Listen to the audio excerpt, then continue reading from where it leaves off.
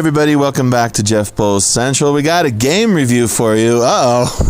Didn't see that coming, despite the fact that she clicked on the video that said video game review on it. But anyways, this is the new expansion for Frontiers of Pandora. That's Avatar, for those not in the know.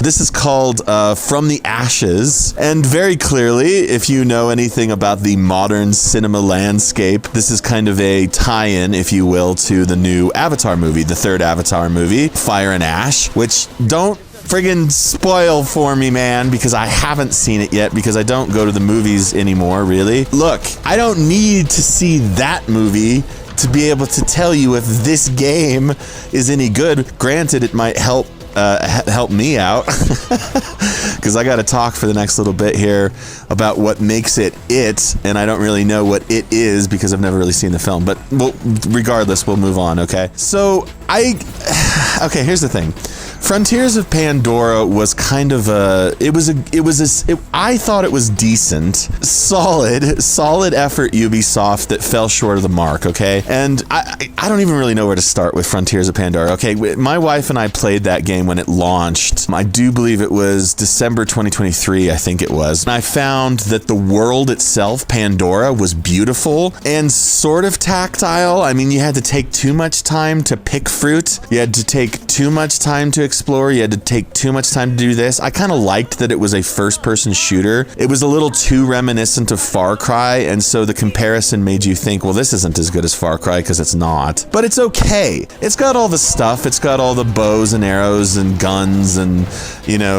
mech suit taken down type stuff and shooting down the choppers and all the cool military hardware that the humans have brought to Pandora. It tells an interesting story about, environmental stuff, James Cameron-y type stuff, okay? And so this is an expansion, and it's actually not a super length. It's not, obviously it's an expansion. It's not the size of the main game, but it has some bulk to it. And I'll tell you something else about it. It attempts to fix, if it doesn't actually fix, all the things about that first game that were cumbersome. For instance, the fruit picking, all the agricultural picking and stuff, right? It's been pared down. You go up to the bush, you grab the thing, you hit the X, and it does it, right?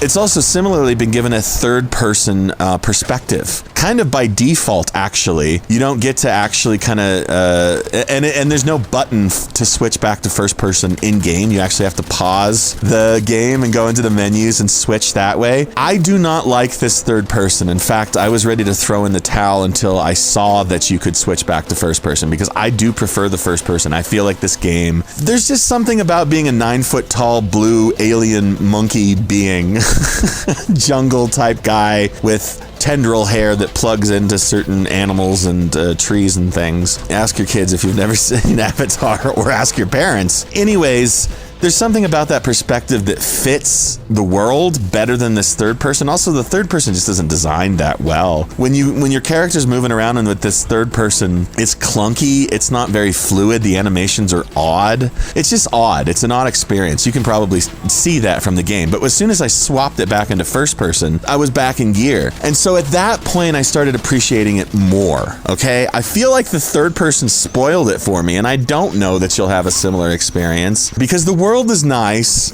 The character designs are less nice, so looking at the character as little as possible is maybe the way to go. But regardless of that, I liked the streamlining, and I liked the story that this particular, that From the Ashes tells, this expansion, because, again, I haven't seen the film. I will see it when it comes out on home video. That's just me. But the whole world is on fire. The whole forest, the entire forest is on fire. It's smoking, it's fiery.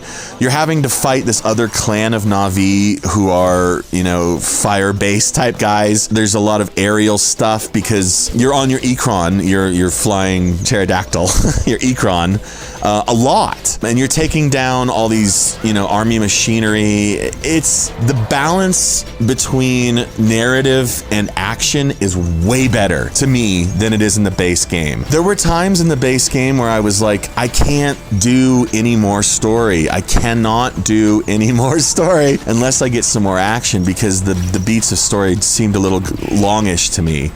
And again, it's like this weird Far Cry kind of like hybrid thing where everybody's talking to you in first person. I don't know, man. Again, it's not a horrible tie-in game. God, for Lord knows there's way worse tie-in games in existence to Hollywood films than Avatar Frontiers of Pandora, okay? And I gotta say, this expansion, again, barring that third person, that awful third person mode, you slip it into first person mode, all of a sudden it really comes to life. That's just my opinion. And I didn't mind the mix, the ratio of story to action. I mean, maybe it could have been a bit longer, but then again, I got it in the Ubisoft Plus pass. I went ahead and sprung for that for a month because I also had to play Anno 117 Rome and a couple other things. Actually, Ubisoft Plus is not so bad. I kind of like it. I might keep it. That's where I'm at with this. It's very Avatar-ish. I don't want to spoil any of the details except to say that you get to take your character from the main game if you have him, her, and actually exploit that. And you meet even some of the people from the films, Jake,